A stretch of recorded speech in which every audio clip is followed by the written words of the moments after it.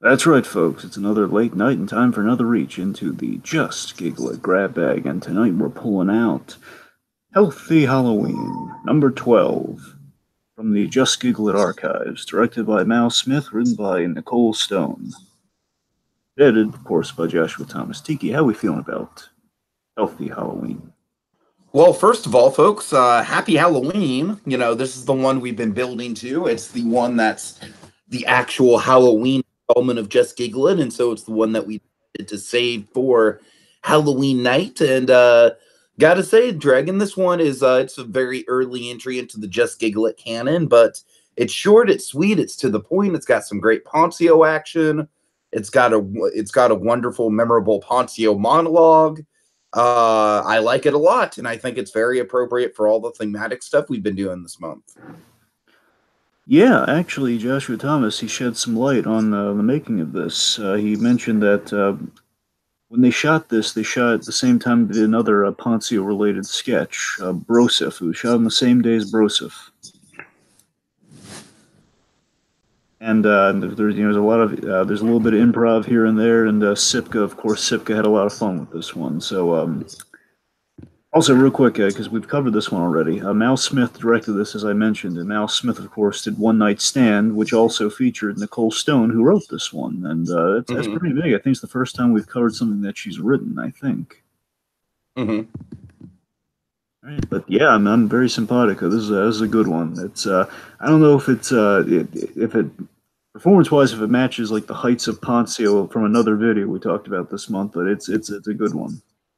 But keep in mind, like I said, this is very early on in the Just Giggle It catalog, so Poncio, they at this point they might not even know what they have with Poncio. Right, it's the Poncio origin, Act One. Ponce de Leon. Oh God. It kind of looks like Ponce de Leon with that hat on, actually, if you want to be honest. It's like kind of a Ponce de Leon effect. The man who he's boy and man all at the same time, half boy, half man, mostly helmet. All right. So Tiki, before of course we dive right into this, why don't you tell the folks at home something they can be doing? Yeah, sure. Folks, of course, if you have not yet checked it out, please, by all means, stop what you're doing and watch the wonderful web series, which is the apex of the Just Giggle It YouTube channel, the blue meth of Just Giggle It, if you will. Harley Quinn and the Joker versus the real world. No, it's not a parody where Harley Quinn and the Joker enter the real world reality show where like I thought it was when Dragon first pitched it to me. It's much better than that, folks. It's a full-on reimagining of the characters. It's a great what if kind of Elseworld scenario of what if the Joker and Harley Quinn and all their evil glory got sick of Gotham and wanted to uproot their lives. But the twist is where they wanted to uproot their lives to, Los Angeles, might be just as sick and crazy as they are, and they have to kind of find a way to adjust to that. It's a wonderful time. You got Joshua Thomas as an impeccable Joker. You've got a couple different actresses in the role of Harley Quinn who both bring their own great spin to it. It's a great time. Check out the link in the description for episode 5. Episode 5 is the one we need to get to 1 million views, because when we get to 1 million views, Dragon, on that, what happens? We get more episodes. Folks, all the lingering questions you have, mostly being, where's episode 6? I want 6 now. I need 6 in my life. Well, folks, look no further. Episode 6 is at your fingertips. All you gotta do is get that view count up to 1 million. Then you get more and more galore, folks. It'll be more. Yes. Seriously, folks, this is one of the. It's a fantastic interpretation of the Joker. It's a Joker. It's a Joker in a time where we need this sort of Joker. Nothing against Joaquin. It's the people's Joker. Yes, don't get me wrong. Joaquin Phoenix, I'm sure will dazzle. But that's still going to be kind of like a take on the Joker. We want just like good old Joker. We just want just like let's not dance around. Let's just not do like an artistic take. Like here's what the conditions that lead to the creation of a Joker. Here's like a one bad day scenario as a movie. That's cool. That's interesting. But it's no just we got to satiate our very base needs here, folks. I love Batman. I love the Joker. I love when they fight each other. But I also love the Joker. I love seeing him in action. I love seeing what he does. And look no further. Harley Quinn, the Joker versus the real world is the best example of that in the meantime. All right, so Transition Dragon. The episode starts with Batman. Yes, it does. There's I love this. Before we get to that, I love there's like we start with a black screen. We hear a knock at the door. So this whole thing is about Halloween. It's about a healthy Halloween. I love that we're indicative of the classic hallmarks of Halloween. Visually, we build to what the premise of the sketch is. So we have a knock at the door, and then we have this really great shot of Nicole's festive Halloween sock. It's a real cutesy shot. I really like it. So we have like her real cutesy Halloween socks.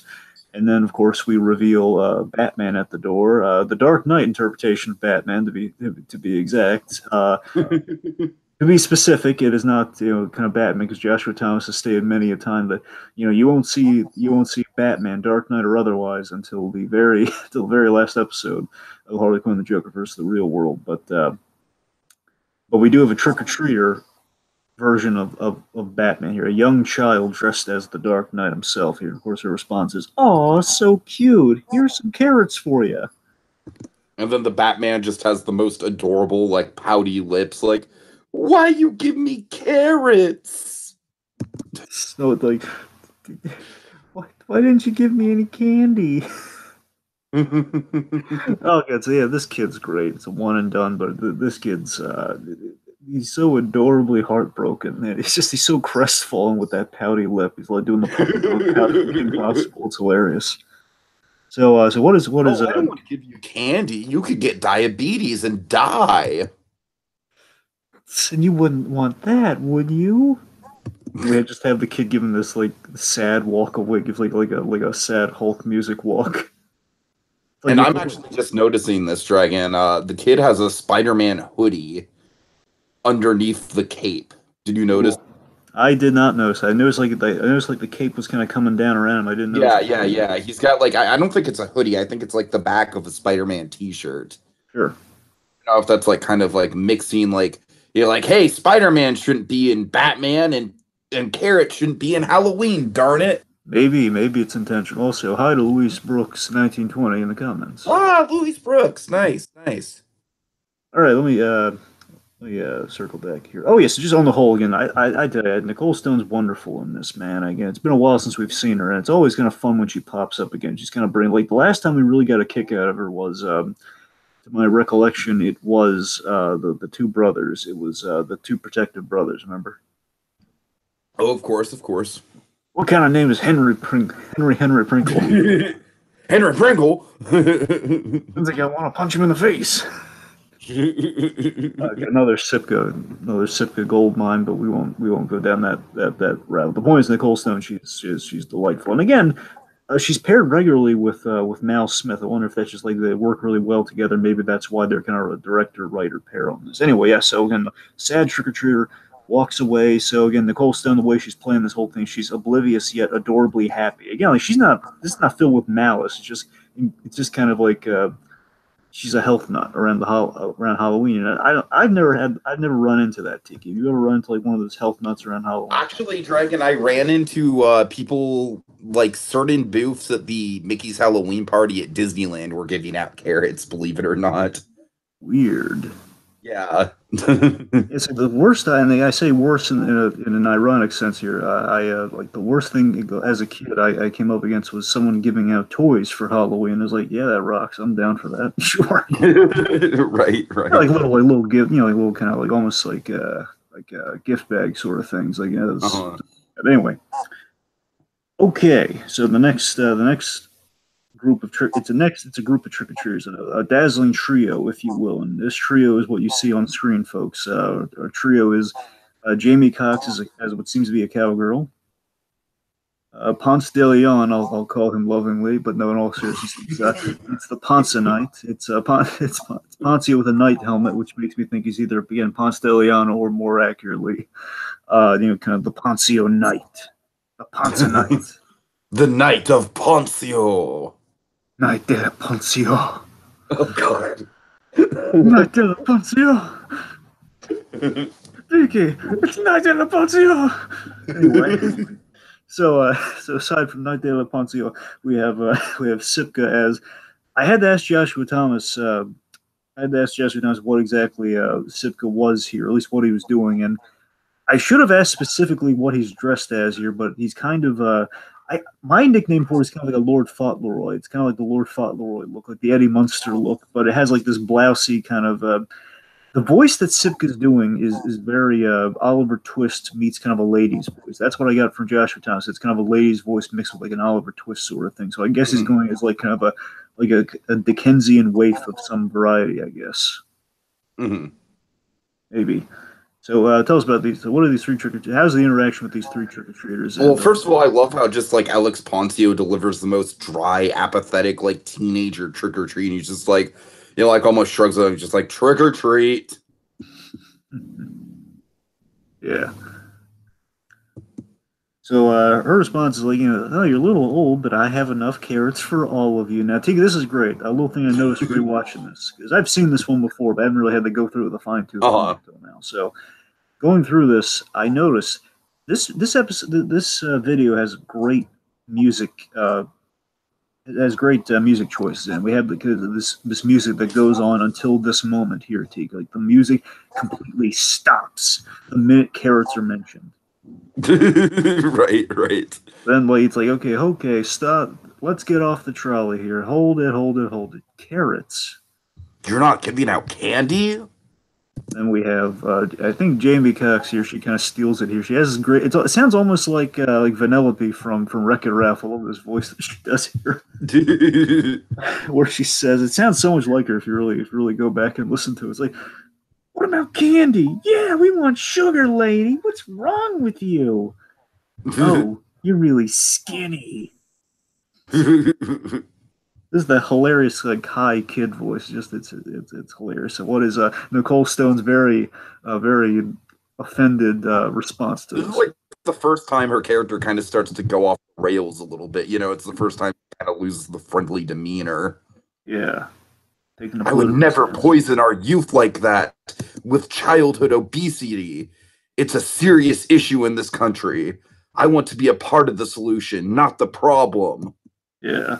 So then Poncio. Now again, this is again the flowering of Poncio as an actor. I have this for Word Dragon. So let me build it up for a moment. Okay. Here. So again, this folks, bear in mind, this is I think this is like, since you brought up at the beginning here, Tiki, this is kind of like an inside the actor studio clip for Poncio here. This is like if we sat James. This is like up down there with the big Rick You Smell monologue from The Walking.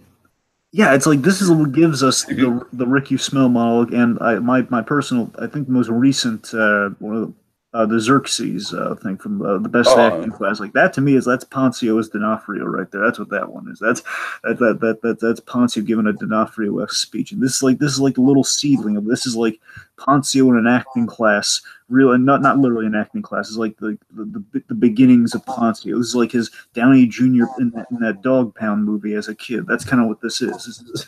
This is Poncio just kind of like proving his acting chutzpah in a very very subtle manner here. It's like it's there and you can sense it. Okay, so what is Poncio? How does Poncio dazzle us at this young an age? Literally, because he's a kid too. Well, first of all, the lady mentions oh, do you know how many children die of childhood diabetes? And then Poncio, very taken aback, he's just like, hey, lady, you can die at any time of the week. You can literally die at any point.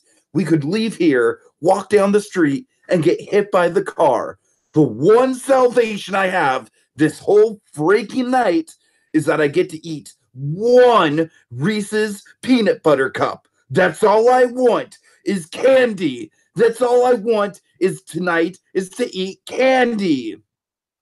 So real quick, before we get to the big one of the great moments of Poncio, I don't know if it's improvised or not, but it's a great moment. Before we get there, I want to acknowledge that this is something really great on a rewatch. Steve. There's a lot of great foreshadowing here. Where again with this response from Poncio, we have we set up kind of the idea of like random death can befall anybody, and Poncio's philosophy of going for the candy and basically the idea of like this philosophy of you could die at any point in time, so why wouldn't you just live it up all you can? Like I just want this one thing in life and I just want to go get it. He's a go-getter. And basically we set up this idea so it's going to haunt Nicole Stone's character. So I love that we set all of this up. So I mean I think that's really I hope that's intentional. I think that's brilliant. I would hope that she realized the brilliant thing she kind of had there. So, so then she tries, here you're again. So it has again. She's a nice lady, but she just doesn't get it. So she goes to hand them carrots, and then we have Poncio here. Says, "You get those carrots out of my face!" Swinging his sword to get those carrots out of my face. Oh God! So then forgive me. I've nicknamed him Fauntleroy Sipka here, but just the point is Sipka in his lady blouse. Sipka here in the most kind of Dickens-esque, like Cockney delivery. Again, like the best. Again, like I guess the more literal things. It's such an It's the Oliver Twist moment. Sipka's Oliver Twist moment here is, yeah, I'll take him. Basically, takes his many bags of carrots. Yeah, I'll take them. I'll take them all. I'll take them all. Put in my pants and put in my blouse. I'll not take put in my blouse. So no kid has to suffer anymore. Joshua Thomas, he loves that line, by the way. He loves the whole, like, yeah, I'll take them all, but they put in my blouse so no kid has to endure this anymore. So basically, I love all these kids that have like their declarative, memorable bits there. Where again, like Jamie Cox just has like that kid delivery. She's the most kind of in touch with the kid delivery. Sipka's Sipka's just he's the comedic secret weapon there. Actually, Joshua Thomas, I believe he referred to Sipka improvising, doing a lady voice is one of the various secret weapons of JGI. When in doubt, give Sipka a lady voice. It'll work. Poncio, just kind of like the beginnings of an early Poncio. Look at the Poncio boy, Tiki. Look at the Poncio boy. God. Anyway, so okay, let's see. So after the blouse gag, so no kid has to suffer anymore. Poncio, he leaves with, "You ruined my one night." Of course, Jamie here, she has the last line here, says, "It's a real trick." She leaves. Let's see. So then we have the next visitor. Tiki, who's the next visitor? It's Death. Yeah. Or at least I assume so. It's some sort of variation on the Grim Reaper. Yes, he has a scythe. He's going to cover it up. I think the whole thing thematically hinges on Death / the Grim Reaper, the bringer. I was going to say it's Norm Macdonald, but I don't know if everyone would have gotten that reference. I would have gotten that reference, or Adam Carolla, depending. Well, that's the thing, Dragon. I was debating between either saying Norm Macdonald or Adam Carolla, and I couldn't decide, so I just went with Death. We're going with Carolla, but you were right to be concerned. All right, so, and actually, according to the credits, but again, I believe this to be true, Julian Silver plays Death in this. Julian Silver plays the Grim Reaper, a little kind of basically kind of an unseen role, but, the unseen roles go to the really good actors. Mm-hmm. I love the smoke effect. We have this great smoke effect as the Grim Reaper, essentially, she offers ooh, my, quite the scary costume you have there. Again, it's very like, Little Red Riding Hood, her delivery here. Nicole Stone is like channeling Little Red Riding Hood here. How's it go? She offers him the carrots, and the carrots vanish, Dragon. They dust, essentially. Thanos snap, yeah. I will get rid of half of the universe's carrots. Yeah. My children is true balance. Yes. So, God. So seriously, it's a good effect too. A little disappearing in the puff of smoke. So as that happens, again, the Little Red Riding Hood just kind of transcends here as she's, oh my, quite the scary trick you have there. And then I love this. I love how this is executed, Tiki. I love how using the scythe, Grim Reaper just basically kind of does boops her nose with it, boom, taps her nose so menacingly and so slowly, and then poof, she's gone. And then the music turns eerie. We have eerie music, and everything goes to black as we see, and we have this really creepy kid voice, like perhaps it was the kid from the beginning. Ooh, probably not. I think someone pitched up really high, but ooh, make it circular anyway. But we have this. Happy Halloween. It basically waits to the very end for a quick little plug. Just giggle it. Just giggle it. Yeah. Great. All right. So Dragon, yeah, I don't really have anything else to say about this one. I think it's very efficient in its time. It's only about 2 minutes, and it uses those 2.5 minutes well. If you think about it, Dragon, it's a really, really excellent 3 act structure here in 2.5 minutes. Because we get the act establishing the whole like this lady's giving out carrots. There's something wrong with that. And then we get to act 2, which is all the conflict. And then we get to act 3, which is the big payoff with the Grim Reaper. So, it is like, it's 3 scenes. It's very, it's very compact, very confined, very well told. Yeah, I absolutely agree with you. There is a 3 act structure there, with each trick or treater being an act, and it does. That's what I'm saying. Yeah. Communicate something within our story. There's obviously an arc. We have a lot of great foreshadowing setup with the Poncio visit. It's all remarkable. It's like terribly well balanced in regards to story. And I mean that in the best of ways. It's like, yeah, it's solid storytelling, man. And again, that's them in their youthful prime.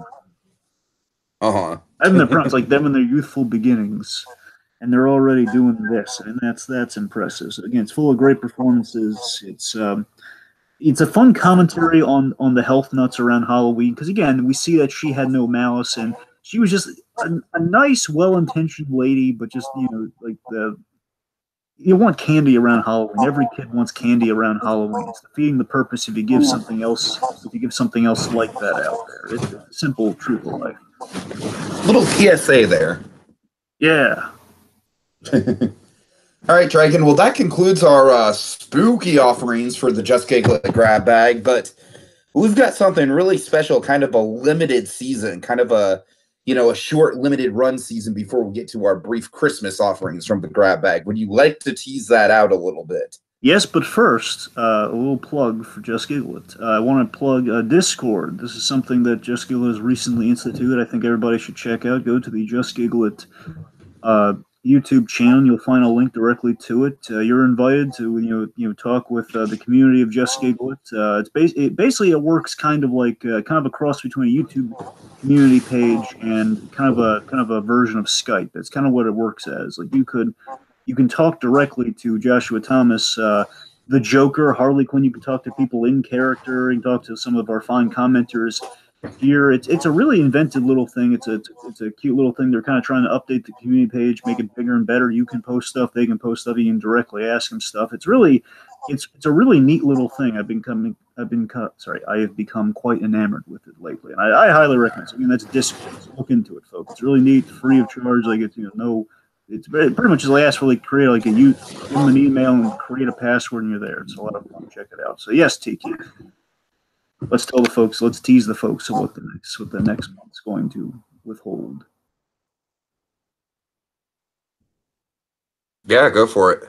Okay. So let's just say it's an actor from Just Giggle It that we really love. We're gonna theme it after one of the Just Giggle It actors. And they get a lot of great stock there, folks. There's a lot of great who could it be? And we might do this in the future too if we like. We might kind of theme a month or so, like a mini extravaganza event after a certain Just Giggle It actor. So that's a big hint for me. Should we do more or should we leave it at that? I think we should reveal who the actor is. Okay, Tiki, you do the honors. Tell the folks at home. Should we do it at the same time? Sure. On three. 1, all right. 2, 3. Poncio!